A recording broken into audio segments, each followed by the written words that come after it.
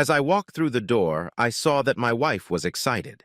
She ran up to me and gave me a big kiss as a greeting, then turned to go to the kitchen to finish cooking dinner. "Today I made your favorite tiramisu. I have some big news and I thought we could celebrate tonight," she announced as she returned to the kitchen. "That's wonderful, dear," I replied. "I have some important news, too. Maybe we could have a double celebration."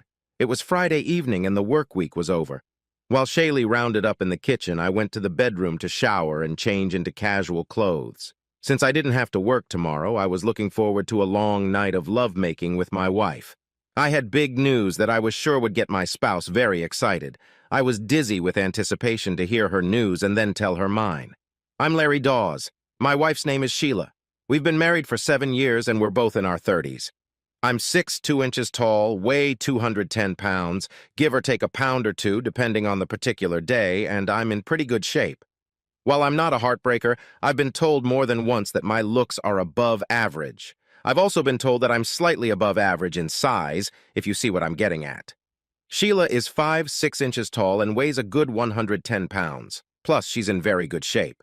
We're both regulars at the gym. She has long blonde hair, brown eyes, 36C breasts, and a killer ass. I was pretty sure I knew what her news was. We had recently started trying to start a full-time family. My wife had gone off birth control pills a few months ago, and we had been fucking like rabbits ever since. Don't get me wrong, we weren't, celibate before that either. For the first year of our marriage, we frolicked practically every night. And believe me, we weren't hanging shelves. After the first year, our marathon gradually slowed down. We averaged 3 times a week as friends, but since Sheila stopped taking the pill, we've picked up the frequency of our bed battles a bit. The only times it was put off were the few times I had to go out of town. I didn't spend too much time at work. I was usually in my office at 7 a.m. and left work at 5 p.m. I am a mechanical engineer. My schedule only changes when I need to go to a conference or seminar. This happens about once a quarter. I was promoted to engineering manager a couple months ago, so I had 5 junior engineers, 3 technicians, and a couple secretaries reporting to me. In addition, I had my own personal secretary. Sheila works as a paralegal at a small law firm in town. She was one of 3 paralegals in an office with 5 attorneys. Her schedule is almost as regular as mine. The only variation in it is when, every now and then, there's a problem with a big case when she needs to stay a little longer in the evening. After showering and changing, I made it to the kitchen just as Sheila was putting dinner on the table. She'd put her best foot forward tonight. I suspected she had taken the night off to prepare for tonight. She made chicken scallops, a wonderful Caesar salad, and garlic bread. And, yes, she made tiramisu for dessert. Sheila pulled out a couple of bottles of really good Merlot to serve with dinner and savor the exquisite flavor. Her news was clearly something impressive.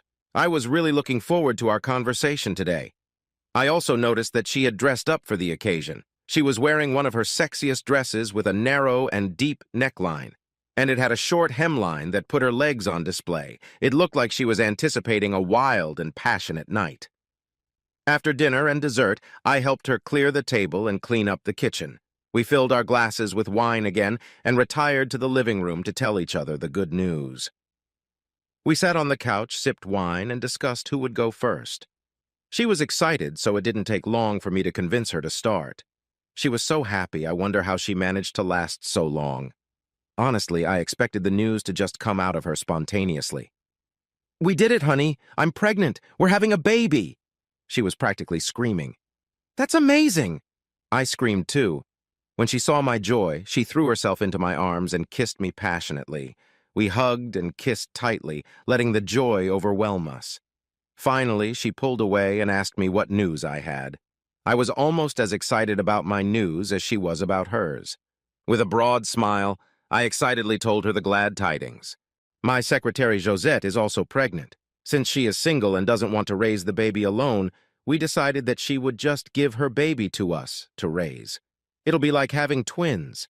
Since you and Josette will give birth around the same time, they will be twins in every way except blood. Since I'm the father, there won't be any custody issues, especially since she's more than willing to sign over custody to me. All she'll want is to be involved in the parenting process, like the most favorite aunt to the child. We'll probably have to explain this complicated situation to him or her when he or she is old enough to understand and accept it. But that can't be a problem for us. Right, honey?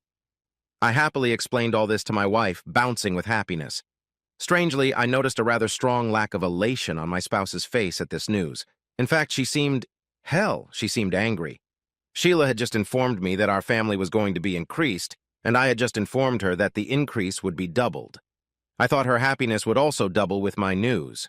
Instead, it seemed like her happiness not only completely evaporated, but completely turned into extreme hostility. I was genuinely stunned. The expression of extreme rage on her face made me stop and hold on to the rest of my news. As Sheila plopped down on the couch, I decided she needed to know everything, and it would probably take her from upset back to happy. Josie's first ultrasound revealed that she was having twins.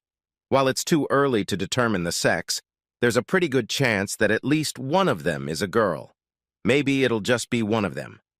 Think about it, honey. You could have the little girl you wanted, and I could have a little boy too. Whichever one of you has one will be a joyful bonus to me. We'll instantly have the big family you've always dreamed of. Come on, don't frown so much. Smile. I didn't understand what was going on here. Instead of being happy about the news, she seemed to get even angrier. It didn't take long for the explosion to happen. Believe me, Hiroshima was just a New Year's firecracker. You fucking bastard! Sheila screamed. You cheated on me with that fucking whore in your office. What the fuck are you thinking? Who made you believe I'd even think about raising that whore's illegitimate children? Are you out of your mind? Shit. From that moment on, everything went downhill. For the next half hour, she screamed at me every insult that has ever existed in the English language. I think she even managed to create a few new ones. This was not even close to how I had envisioned our exchange of news. I was beginning to think that my passionate night of lovemaking was not going to happen. And yet that didn't stop me. Honey, how about we move to the bedroom and celebrate our shared good news? I'm sure that after a night of passionate lovemaking, we'll have a much better understanding of what our lives will be like with 3 new children added to our loving family. I was surprised that she not only fiercely refused me, but also had the nerve to try to kick me out of my own bed. Well, if she doesn't want to sleep with me, she can find another bed. Finally, in a fit of rage, she grabbed the pillows and flew out into the spare bedroom. I was genuinely confused by her attitude. Oh well, since I didn't feel I had done anything wrong, I rolled over to the other side and slept peacefully through the night. The next morning, I tried unsuccessfully to lure my wife into our bed for lovemaking. She was still irrationally angry with me. I just couldn't understand her problem. Seeing that she just wasn't herself, I decided to take advantage of a nice day and go golfing. It was a phenomenal day. I managed to hook up with a threesome. One guy, his wife, and her sister. Fuck golf. We had a great time. With Keisha, my friend's wife's sister, who happened to be single, I managed to come 3 times as opposed to her 5. I made a bet with her that I'd get her pussy to 4 raptures. And I won. 3 hours after our carom bowl began, I left her bedroom, having previously filled all 3 of her holes to the brim. Upon returning home, I was surprised to find my garage door opener not working. That was odd. After checking the batteries and still not being able to open the door, I turned off my truck and walked to the front door. Oddly enough, I saw several suitcases stacked on the porch. Not knowing what they were, I ignored them. When I tried to open the door, I found that the front door was locked from the inside. There was nothing surprising about that, though. Leaving in the morning, I went out through the garage. Perhaps Sheila hadn't come out and unlocked the door. The strange thing was that my key didn't fit in the lock. As I looked closer at the lock, I noticed that they seemed brand new. Strange. Sheila had never mentioned that she needed new locks on her doors. Anyway, I needed to get into the house. I was hot and tired. I needed to shower and change my clothes. Being a totally practical and delicate person, I just got my chainsaw out of the truck and started cutting the door around the doorknob and deadbolt. Once the doorknob and deadbolt were separated from the body of the door, it swung open freely. I made a note to go to Lowe's and buy a new front door. As I entered the house, Sheila launched into a new tirade. There was something odd about her declaration that I was moving and my clothes were packed in suitcases on the porch. I wasn't going anywhere. Not even a thought. Hearing such nonsense, I went back and carried the suitcases back to my bedroom. When I opened them, I saw that all my clothes were in there. It took me a few minutes to put everything in the right drawers and hang them in my closets. While she continued to rant, I stripped naked in front of her and turned on the shower. Her Ciceronian snarkiness multiplied when she noticed the odor and moisture from Keisha on me. What is this? Is this serious? I didn't understand her problem. Sure, I had Keisha, but it was just a one-night stand. Well, okay, a one-night stand. It was just sex. I barely knew the woman. I asked Sheila to join me in the shower. She firmly declined my offer. I was beginning to think that she had some psychological issues that she might need to work out. I wanted to bring it up and offer counseling with a psychologist later tonight. After a good shower and a wipe down, I went to the bedroom to change. To my surprise, I found Sheila in the process of packing all her clothes into her recently emptied suitcases. When asked a simple question, she exclaimed that since I refused to move out, she would move out. While I was in the shower, she apparently called her sister and asked if she could stay with her for a while. My suggestion that her pregnancy had messed up her hormones and made her react strangely was met with another outburst and angry tirades. I had no doubt that impending motherhood was the true cause of her odd behavior. I assured myself that once she had the baby, and when my twins from my secretary came home, she would be a great mother to all 3 children. Frankly, I was puzzled by Sheila's reaction. An hour later, she was gone. A couple days later, I moved Josette into my house. She needed support during her pregnancy, and since Sheila was no longer here, it seemed like the right thing to do. After all, the twins were mine. I'll say more. I'd invited Keisha over a few times to repeat our exercises. Usually it was one-on-one, but sometimes it was a threesome, with Josette and Keisha at the same time. It turned out that both Josette and Keisha were bisexual. A week after Sheila left, I was served with divorce papers. She asked for the house, 18 years of her support, 90% of our savings and investments, and $1,500 a month in child support.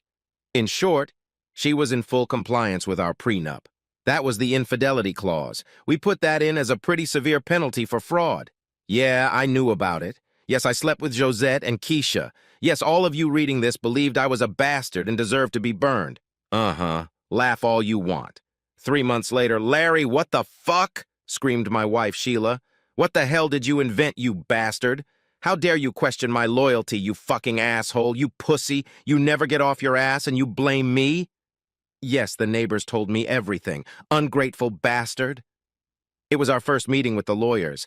We were sitting in her lawyer's office discussing our divorce. She intended to fuck me in the ass without resorting to lube for my infidelity. I have to admit that she had the perfect tool to use, as well as plenty of evidence. Our prenup was designed to make infidelity very painful. The fact that I had impregnated my secretary and I wasn't particularly immaculate having Keisha gave her the perfect ammunition to whip me viciously. There was just one minor problem. Are you really sure you want to go down this path, Sheila? I asked. You cheated on me. You got your secretary pregnant. She got your secretary pregnant. Ugh. You impregnated that bitch and you have the nerve to think I'm gonna raise that whore's kids. Okay, Sheila, it's okay. Calm down. Right here, right now, I'm offering you a one-time offer. So we call off the divorce, get back together, and raise all 3 kids as our own. We forget about the past and get back together again.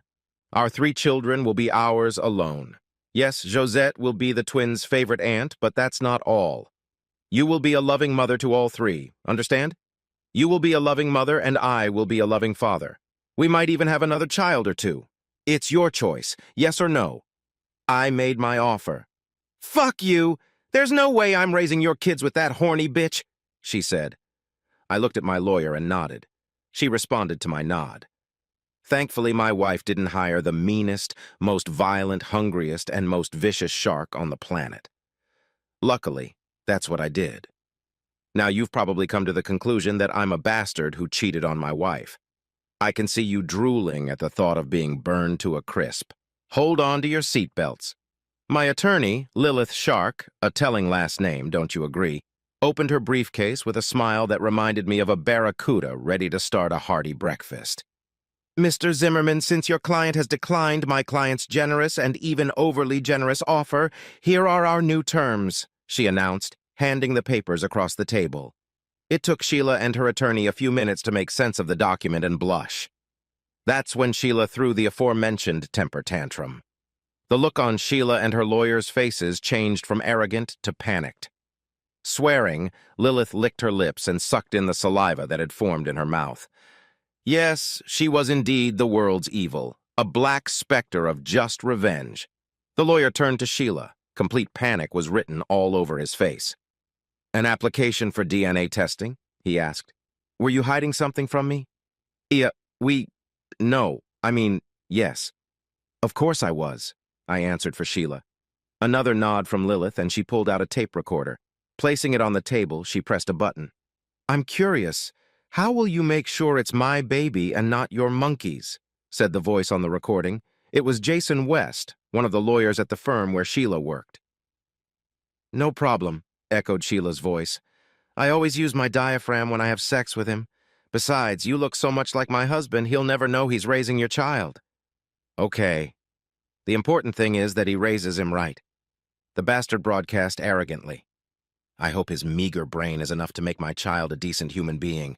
I'm not going to pay for or take care of the kids myself.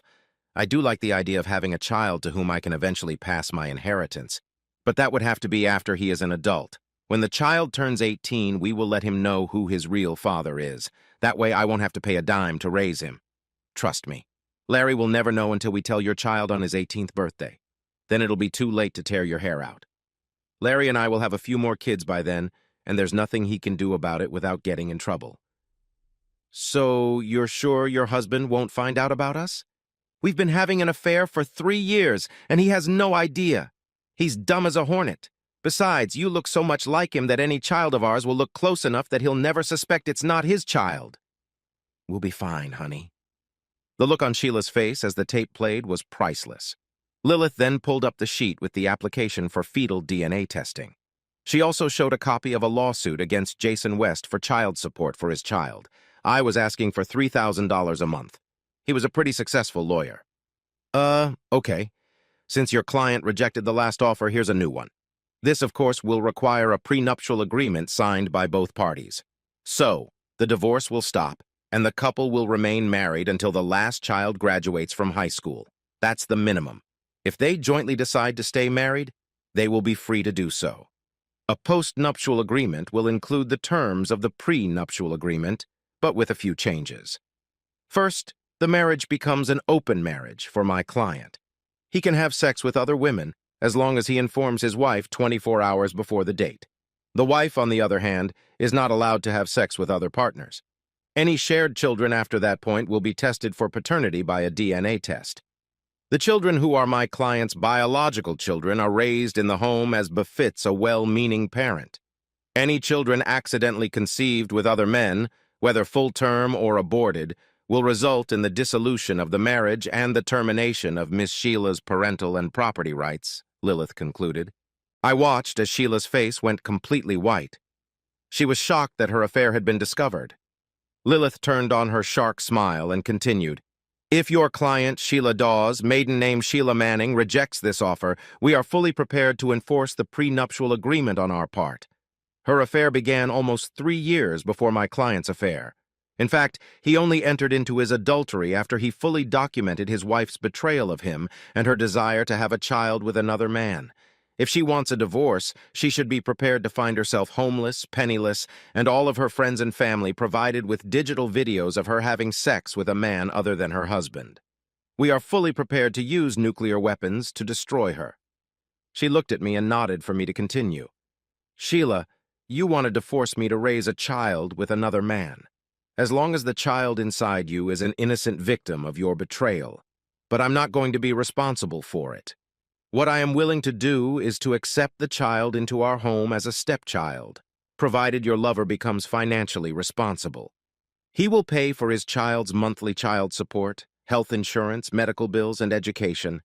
He will also pay our family moral compensation for trying to destroy our marriage. I'll ask for $400,000 and then whatever the court decides. Although I seriously doubt he will want to visit us, he will be given free access to his child under agreed-upon conditions, if he wants to. I looked at my wife's reaction. She sat there with her mouth open, not even trying to say anything. Well, I continued, he will also pay for his child's college tuition.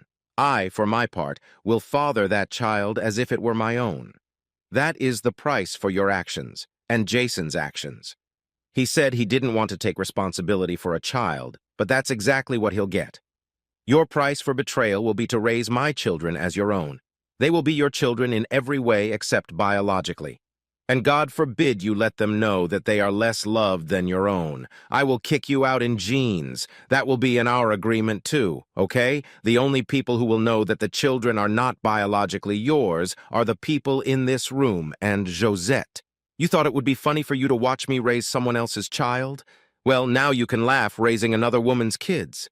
Did you understand what I told you? Sheila didn't answer anything. Only her lawyer, looking sidelong, replied, "Yes, my client agrees." I continued to lay out the terms. "Sheila, how much did you pay your lawyer?" "She hasn't paid anything yet. We agreed to settle after her divorce and first alimony." Uh-huh. "Sheila, the agreement will include a requirement to sell all your jewelry and pay the cost of his." I nodded towards the lawyer. "Services out of the money. I'll do the selling with your notarized consent. We'll also sell your car and buy something simpler. You won't need a Porsche Panamera to go to the store for diapers." Lilith nodded approvingly at me, and I finalized the requirements. "You will also welcome Josette into our home when she wants to visit the children. This is your penance, you bitch. You dare try to divorce me for having sex with another woman while you've been having an affair with another man for years. Do you realize how despicable that is of you? Well, you don't realize shit. I have to talk to you from a position of strength. My affair only began after I learned of your betrayal. I heard how you planned to have a child with another man and to deny my paternity. And Josette was willing to bear my children if she didn't have to be a single mother. That's it, my dear. 18.5 years later. You mean to tell me that Aunt Josie is really my mother?" Audrey muttered. "What about Uncle Dan?" Andy asked. "Yes, Josette had twins. Audrey was born a minute ahead of Andy. Lenny, Sheila's son, came into the world 3 days earlier. All 3 babies were registered as born to Sheila. Lilith Shark had a knack for this sort of thing. Of course she did. She was paid to do it. When we presented the triplets to all our friends and relatives, we saw a lot of surprised faces. In the end, everyone finally accepted it as a natural, albeit unusual occurrence. There were a few surprised comments about where Audrey and Andy's red hair came from. Damn recessive genes. But I attributed it to the influence of my ethnic Irish great-grandmother. "No, son. Your Uncle Dan came along later. Your Aunt Josette got pregnant when she was single and thought you two would be better off with a married couple. We were close friends, and I agreed to adopt you both, as she was not in a position to raise you as a single parent at the time. By the time she met Uncle Dan and married him, it would have caused you too much heartache to make a difference. Now that you two know the truth, there's one more thing you need to realize. Your mother and I do love you very much, as if you were our own children. Nothing has changed in that regard. Also keep in mind that even though your aunt and uncle have their own family, you will always hold a special place in their hearts. We are all one big family," I concluded. "So you have 2 moms now, eh? How's that feel? They were smart kids. They understood. Did we really need to tell them that? Maybe we did. Maybe we didn't. Both sides have valid arguments. We decided they needed to know, so we told them about it. We also told Lenny that I was not his biological father. That was a little different. My son never met the asshole. That asshole tried to fight the paternity suit, but DNA is DNA. He tried to trivialize the fee. Lawyer. Fuck him. But judges get a little annoyed when someone tries to ignore their rulings. Judges also have what are called sheriff's deputies who can visit people in their homes and offices, arrest them, and keep them in custody until the investigation is over. After Jason, 12 days later, got out of jail, he sold his cottage and paid me $350,000 as compensation for moral damages. Oh, all that nonsense about an open marriage? I knocked on Keisha's door a couple more times to boost my self-esteem, and Josette and I kept our affair going for about a year. Sometimes she would just sleep over at our house in my bed. That was until she met Dan. As for Sheila, I'm pretty sure she never indulged. I did, however, keep a close eye on her. A GPS tracker on her phone and a personal GPS SMS tracker wristwatch. She was under constant surveillance. Constant reports of time spent away from home, money under strict accountability, and other jealous husband tricks. For the first couple of years, Sheila never had a chance to have an affair. 3 kids. She was like a squirrel in a mixer, falling asleep before she reached her pillow. After Josette and I ended our affair, I never cheated on my wife again. I figured Sheila had learned her lesson. Otherwise, if I found out she was having an affair again, I'd hook up with Lilith and start all over again. As far as I could tell, she didn't, and I was watching pretty closely. After Sheila recovered from childbirth, she started trying to fuck me to death. Maybe she wanted to get rid of her husband by giving me a heart attack. Or maybe she wanted to convince me that I didn't need anyone but her. It worked both ways, too. Jason West disappeared shortly after Larry's 18th birthday. He had already set up a college account for his son. We offered to let him visit his child, but Jason responded rudely. He accused me of crippling his entire life and wanted nothing to do with us. To tell you the truth, I wasn't really upset. Rumor had it that this Romeo had moved to the East Coast. The more credible rumor was that he was now located about 5 miles east of the coast. Of course, this rumor was only known to a couple of select people. Yes, I was a meticulous and even petty man when it came to payback. I couldn't let him slip away from his child support and college fund payments. And as for Sheila and me, what can I say? It's been 19 years since our little problem. I have done a lot of due diligence and found nothing. She's really turned into a good wife and mother. And by golly, she loves Audrey and Andy just as much as she loves Lenny. That kind of concern for her children can only come from the bowels of her soul. That glow of affectionate gaze on what are essentially alien kids can't be faked. I'm thinking of retiring early after the kids leave home. I've got almost $1 million in my account, so I can afford it. Some people would say I'm a wuss for taking a cheating wife back with someone else's offspring. Yeah, I could have burned her to the ground. But what good would that have done me? Who knows, maybe Josette and I could have been together. It's a moot point. The fact is, I wasn't burdened with raising someone else's child. Sure, I wasn't his father, but I look at it this way. Jason is paying for his upbringing. We're getting good money. Since Larry is going to a post-secondary institution, poor Jason is going to have to pay child support for another 4 years. I took the opportunity to make sure the kid was raised right and didn't become another young asshole, and had my wife raise the other woman's kids. It was a constant reminder to her that I fucked another and she got pregnant. She also knew that while her lover had to pay for his child, she was paying for Josette's children, paying with her ego and her life. My being with Sheila also guaranteed that our 3 children would be raised in a loving home with both parents. That far exceeds what anyone thinks of me. And love, you know, as the Papuans of New Guinea say, love comes and goes, but you always want to eat.